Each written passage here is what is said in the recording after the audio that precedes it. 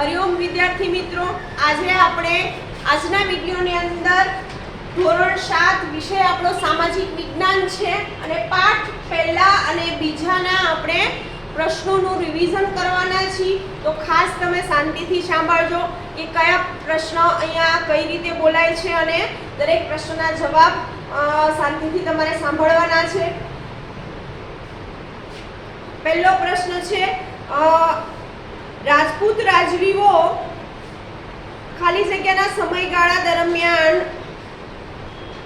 ભારતના એમ કહેવાય કે મોટા ભાગની અંદર વર્ચસ્વ હતું. કઈ સાલની અંદર?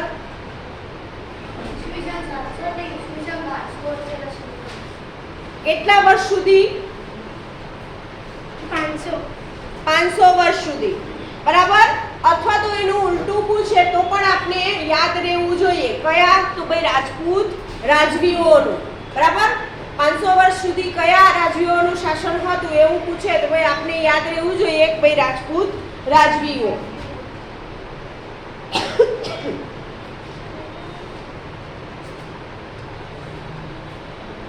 કઈ બે દિશાઓ પર વધારે એમ કહેવાય કે ભાઈ શાસન સ્થાપ્યું હતું, વર્ચસ્વ વધારે હતું?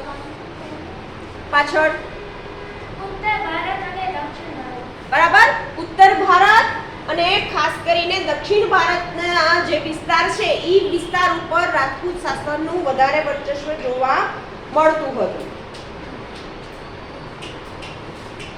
કઈ સંસ્કૃતિને પ્રજ્વલિત રાખી હતી?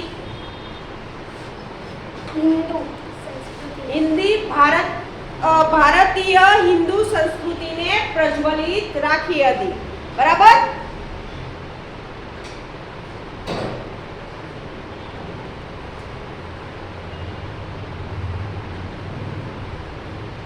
કઈ સાલની અંદર હર્ષવર્ધનનું અવસાન થયું હતું? 7મી સદીની અંદર. બરાબર. કયો રાજા? તો હર્ષવર્ધનનું અવસાન થયું હતું.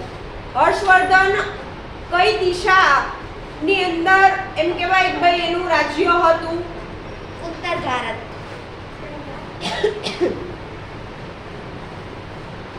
હર્ષવર્ધન પછી બીજો કયો રાજા આવ્યો? પુલકેશી બીજાના અવસાન પછી ખાલી જગ્યા ભારતમાં સ્વતંત્ર રાજ્યો બન્યા. દક્ષિણ ભારતની અંદર એમ કહેવાય કે ભાઈ સ્વતંત્ર રાજ્ય બન્યા હતા. રાજપૂત શબ્દનો અર્થ શું થાય છે?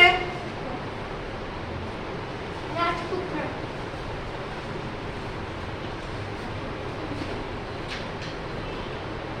14મી સદીના માટો રાજપૂતોને 36 કુળ ધરાવતા સમૂહ તરીકે વર્ણવે છે. બરાબર. આ પણ વસ્તુ ખાસ યાદ રાખવાની છે. રાજપૂતો બહાદુર હતા એવા જ બીજું કઈ એના માટે વસ્તુ વપરાતી હતી છેલ્લે? બરાબર. રાજપૂતો જેટલા બહાદુર હતા એટલા જ એ લોકો ટેકીલા હતા.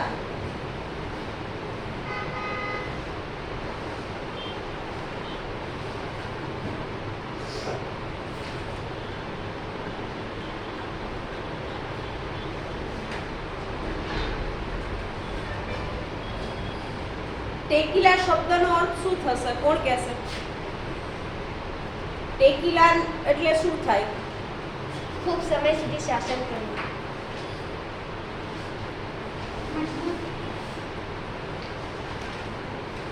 ટેકીલા એટલે કે કોઈ પણ વસ્તુ છે આપણે એમ કહેવાય કે મૃત્યુ સુધી એ વસ્તુને આપણે પાડતા હોય.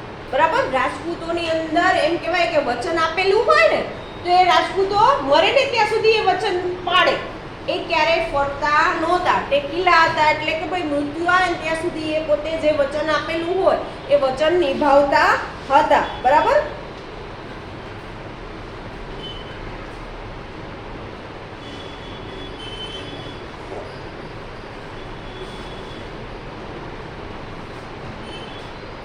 ભારતની રાજપૂતાણીઓ શેના માટે વિખ્યાત હતી વિશ્વની અંદર?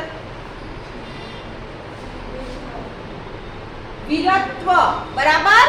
એની વીરતા માટે એમ કહેવાય કે બધી જ જગ્યાએ પ્રખ્યાત હતી, બરાબર. પોતાનો પતિ હોય, પોતાનો ભાઈ હોય કે પોતાના પિતા હોય તો એને યુદ્ધના મેદાનમાં મોકલવા માટે એમ કહેવાય કે ભાઈ એ ક્યારેય પીછેહટ કરતી નહીં, બરાબર. હસતા મુખે એને વિદાય આપતી હતી. ભાઈ રણના મેદાનની અંદર તમે યુદ્ધ લડવા જાઓ છો તો ભાઈ એના માટે તમને શુભકામનાઓ છે ને, તમારો વિજય થાય એવી શુભકામના સાથે અમે તમને વિદાય કરીએ છીએ.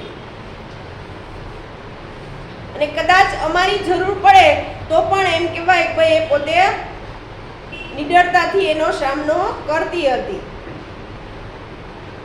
અને આ રણના મેદાનમાં આપણે જોઈએ તો ભાઈ તલવાર સાથે પણ એ એમ કહેવાય કે રાજપૂતાણીઓ છે એ યુદ્ધના મેદાનમાં એમ કહેવાય ભાઈ તમે ગભરાતા નહીં, ભાઈ અમે પણ છીએ કે અમે પણ તલવાર લઈને રણના મેદાનમાં આવીશું ને ભાઈ યુદ્ધમાં લડાઈ કરીશું, બરાબર. એવા પણ ઘણા બધા આપણી સામે એક્ઝામ્પલ છે.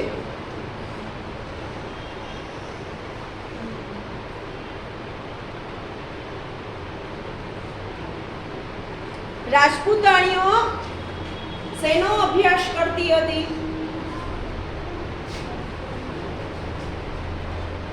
શાસ્ત્ર. શાસ્ત્ર અને શસ્ત્ર, બરાબર. શાસ્ત્રોનો પણ અભ્યાસ કરતી હતી, સાથે સાથે શસ્ત્ર ચલાવતા પણ આવડતા હતા. તલવાર કો કે બીજા કોઈ પણ શસ્ત્ર કો તો એનો ઉપયોગ કરતા પણ એ લોકોને આવડતું હતું એ સમયની અંદર.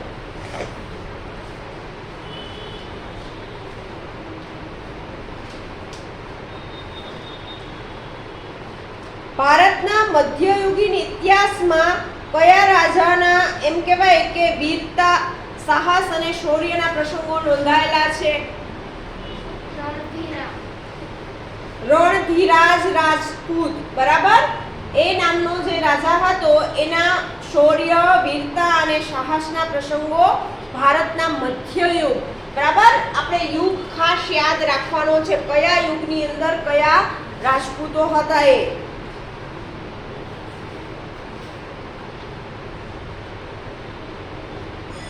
7મી સદીના અંતમાં ખાલી જગ્યા શક્તિનો ઉદય થયો હતો. સામંતશાહી.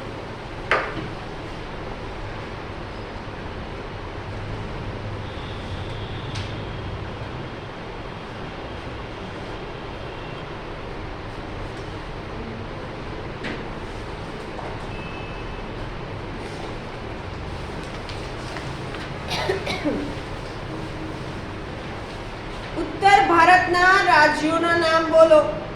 ઉત્તર ભારતની અંદર કયા કયા રાજ્યો આવેલા છે?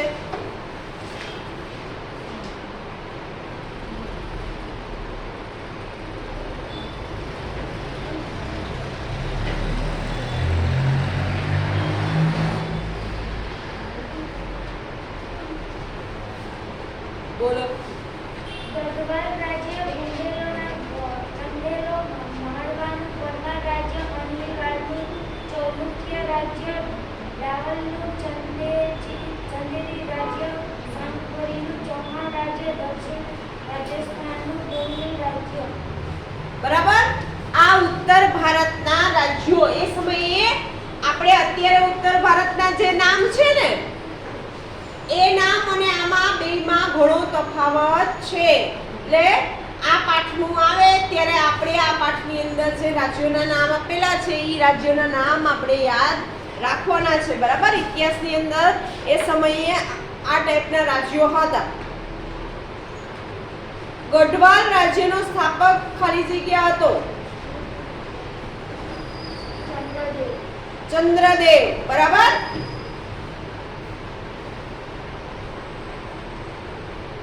એણે કઈ બે રાજધાનીને એમ કહેવાય રાજધાની બનાવી હતી? પાયલ. કનોજ અને કાશી.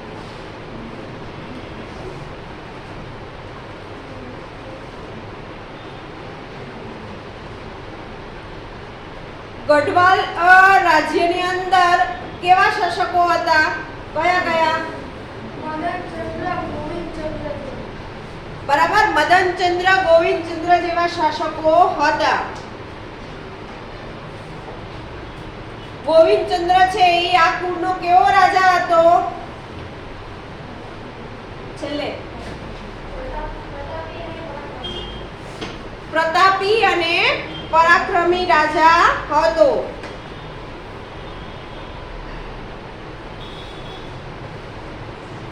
એને કઈ વસ્તુનો જીર્ણોદ્ધાર કર્યો હતો?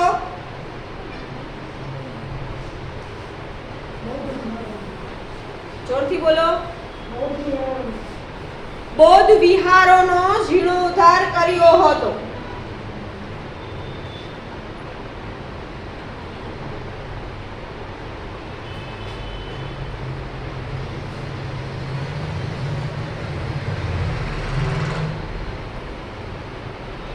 ચંદેલોના આ રાજ્યમાં કયા કયા શાસકો થઈ ગયા મહાન? યશોવર્મા, કીર્તિવર્મા, પરામીવર્મા જેવા શાસકો છે. ભારતના ઇતિહાસમાં કયા વંશનું ઘણું મહત્વ છે? છેલ્લે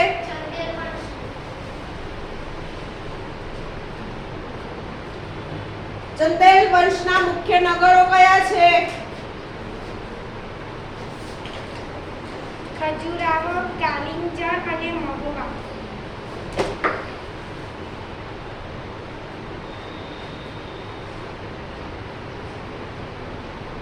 તે સમયનું ભવ્ય મંદિર અને તીર્થસ્થાન તરીકે પ્રખ્યાત થયું છે એવું કયું મંદિર? ખજુરાહો.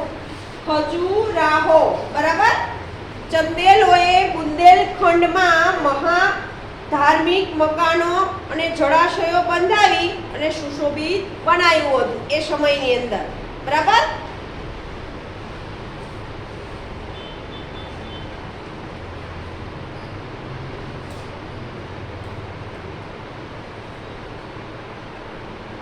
માળવાનો પ્રદેશ પ્રાચીન કાળથી એમ કહેવાય કે કઈ વસ્તુ કઈ રીતે જાણીતો છે?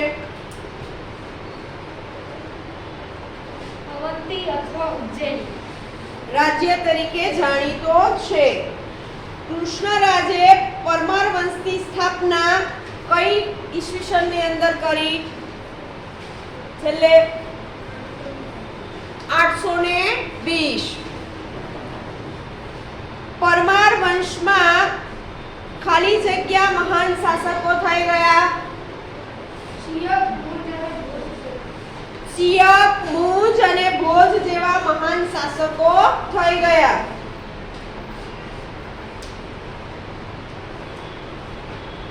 પરમાર વંશનો સૌથી શ્રેષ્ઠ રાજા કયો હતો? છેલ્લે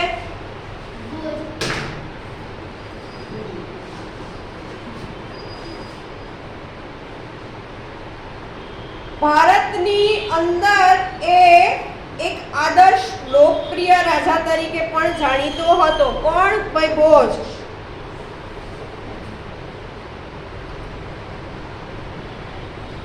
ધારાનગરીમાં એક મહાશાળાની સ્થાપના કરી. કોણે કરી?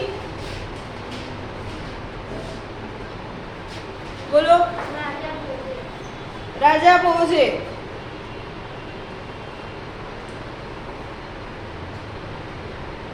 ટેકરીઓની વચ્ચે એને એક સુંદર નગરની રચના કરી હતી. એનું નામ શું છે? ભોજપુર. ભોજપુર.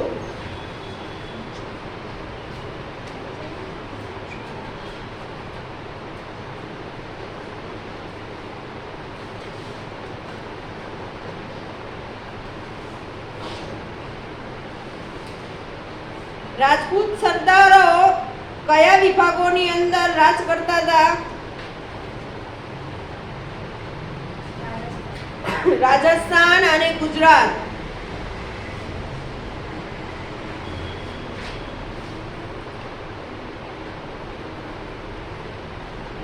આઠમી સંધિની અંદર સરોવર નજીક એમ કહેવાય કે બે સ્થળ પ્રખ્યાત હતા. કયા?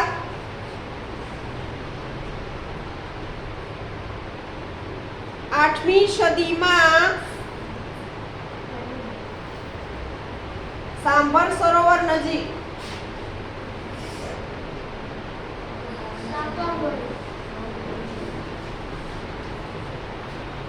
શાકંભરી નામનું સ્થળ છે એ પ્રખ્યાત હતું. શાકંભરીનો સ્થાપક કોણ હતો? વાસુદેવ.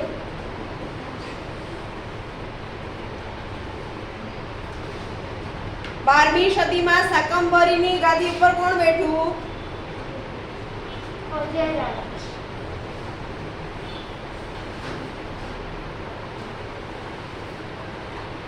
એને કયા નગરની સ્થાપના કરી?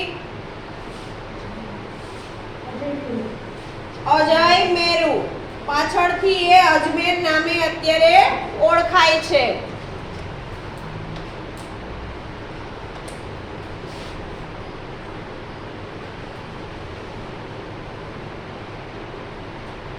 સિદ્ધરાજ જયસિંહ એ કયા રાજ્યના એમ કહેવાય કે રાજા હતા? ગુજરાતના સોલંકી વંશ. બરાબર, ગુજરાતના સોલંકી વંશના એ રાજા હતા.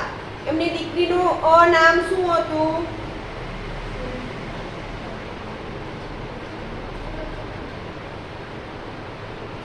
બોલ. રાજકુમાર.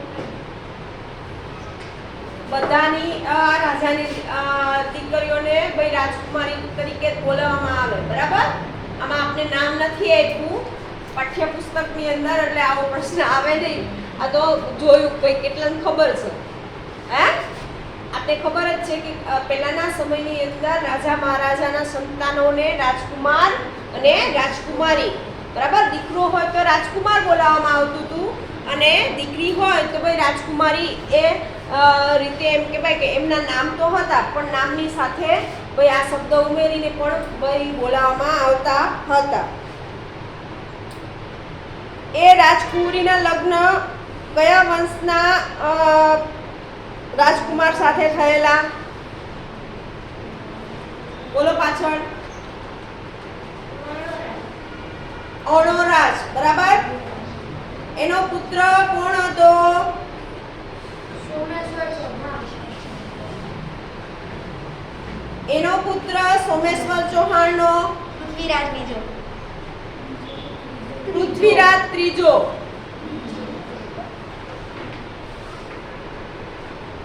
પૃથ્વીરાજ ત્રીજો છે એ ભારતના ઇતિહાસમાં અદ્વિતીય સ્થાન ધરાવે છે. બરાબર,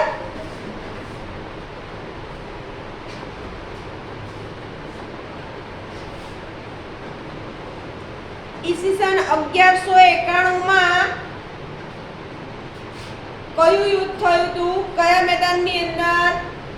થાનેશ્વર અને કરનાલ વચ્ચે આવેલા તરાઈના મેદાનમાં શિહાબુદ્દીન ગોરીને પૃથ્વીરાજ ચૌહાણ સજ્જડ હાર આપ્યો.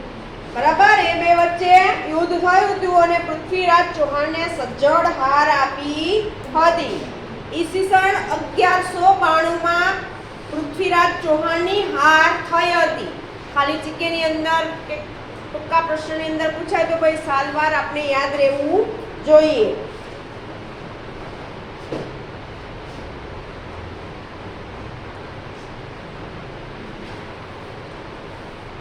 ઈસવીસન 1192 પછી દિલ્હી સલ્તનત ઉપર કઈ સત્તાનો ઉદય થાય છે? મુસ્લિમ સત્તાનો ઉદય થાય છે. ભારતના ઇતિહાસમાં કઈ લડાઈ સીમાચીન રૂપ ગણાય છે? તરાઈની. બરાબર,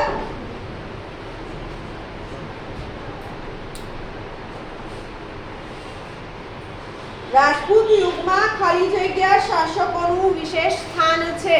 છેલ્લે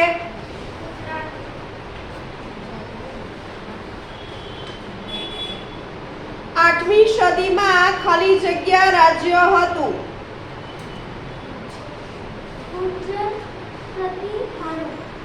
ગુર્જર પ્રતિહારોનું રાજ્ય હતું.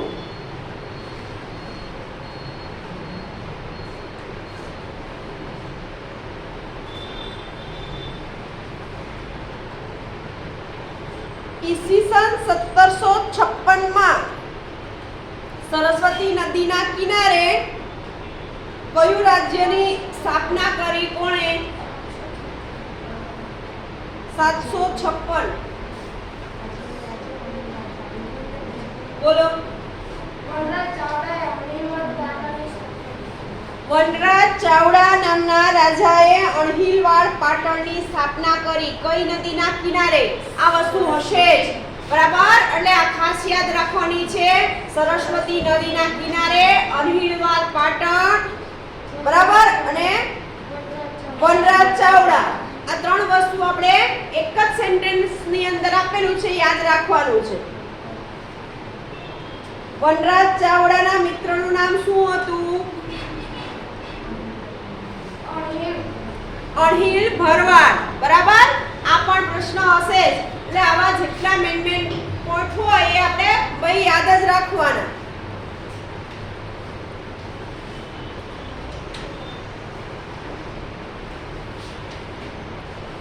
અણહિલ પાટણ છે એ નામ કોના નામ ઉપરથી રાખ્યું હતું?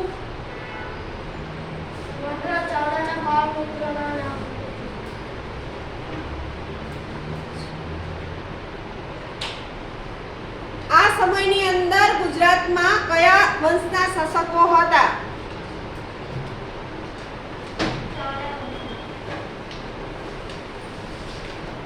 સૌરાષ્ટ્ર અને કચ્છમાં ચાવડા વંશના શાસકો હતા, બરાબર.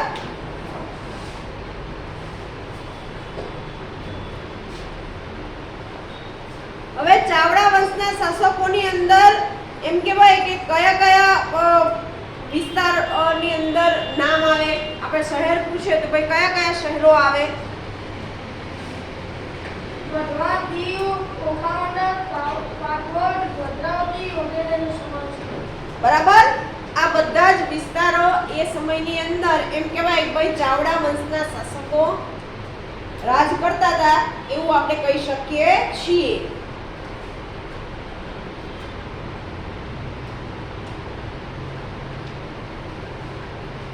રાજપૂતોનો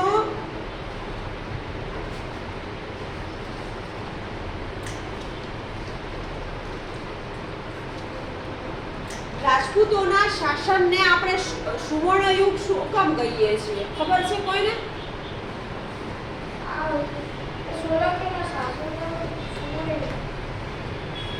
શું કામ કહીએ છીએ?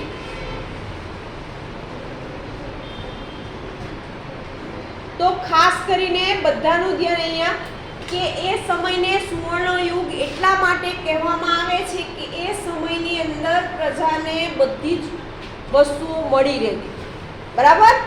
પ્રાથમિકથી લઈ અને એમ કહેવાય કે ક્યાંય તમને એમ કહેવાય કે એક પણ વ્યક્તિ એવું ના મળે કે ભાઈ એને કોઈ તકલીફ હોય, બરાબર.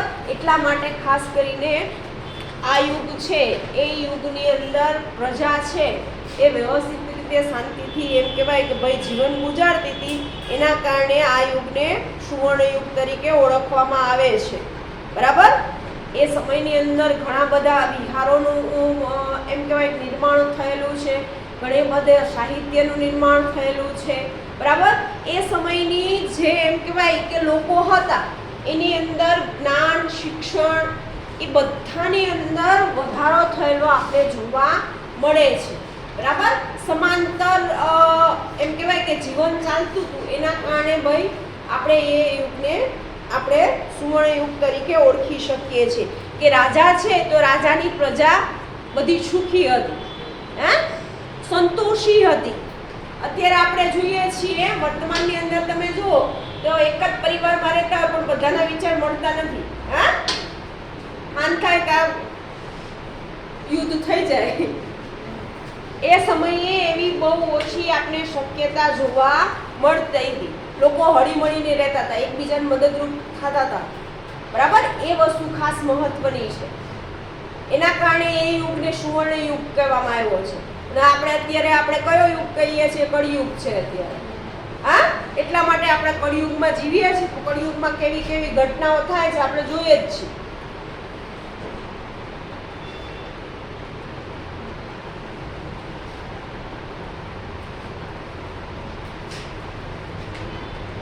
આગળ જોઈએ.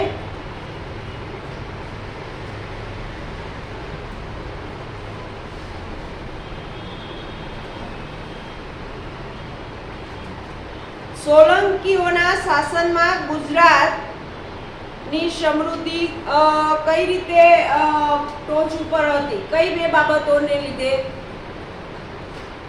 આર્થિક અને સાંસ્કૃતિક દ્રષ્ટિ. બરાબર. 85% પણ ગુજરાત સમૃદ્ધ હતું અને સાંસ્કૃતિક દ્રષ્ટિએ જુઓ તો એ સમયે ગુજરાતની સમૃદ્ધિ હતી એ ટોચ ઉપર હતી.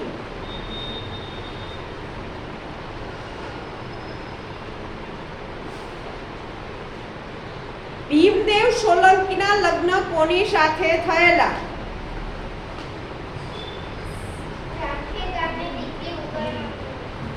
બરાબર. ઉદયમતી સાથે ભીમદેવના લગ્ન થયેલા હતા.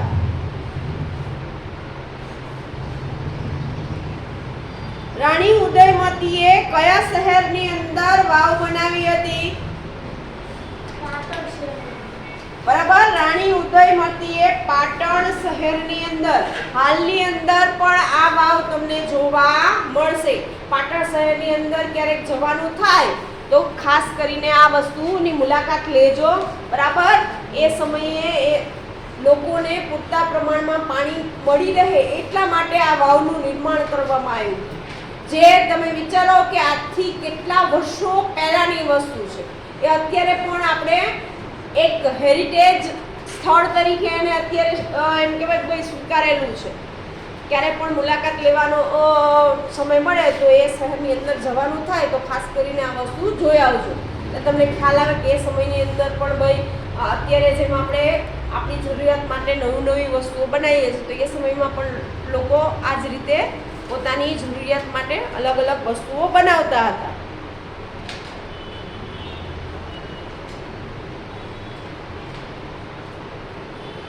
રાણીની વાવને હેરિટેજ સાઇટનો દરજ્જો મળેલ છે એ કોના તરફથી મળ્યો છે?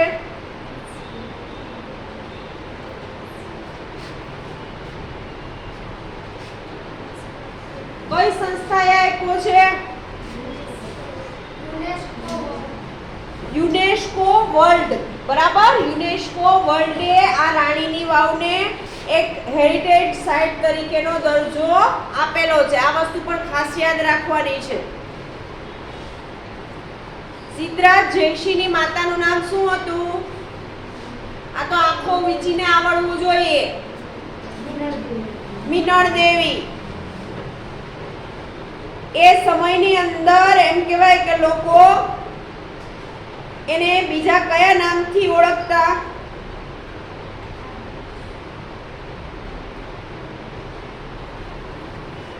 બોલો પાછળ.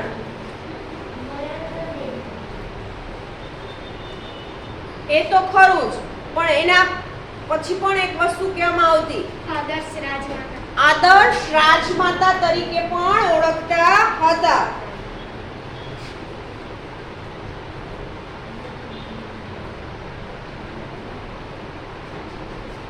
સોમનાથનો યાત્રાવેરો કોણે બંધ કરાવ્યો હતો?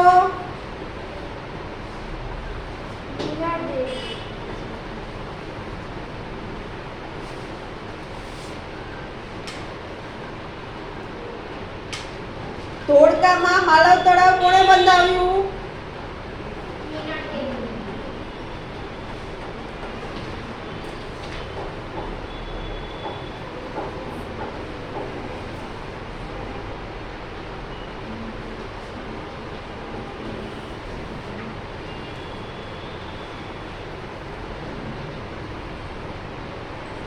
હવે સિદ્ધરાજ જયસિંહના સમયમાં કયા ગ્રંથોની રચના થયેલી છે?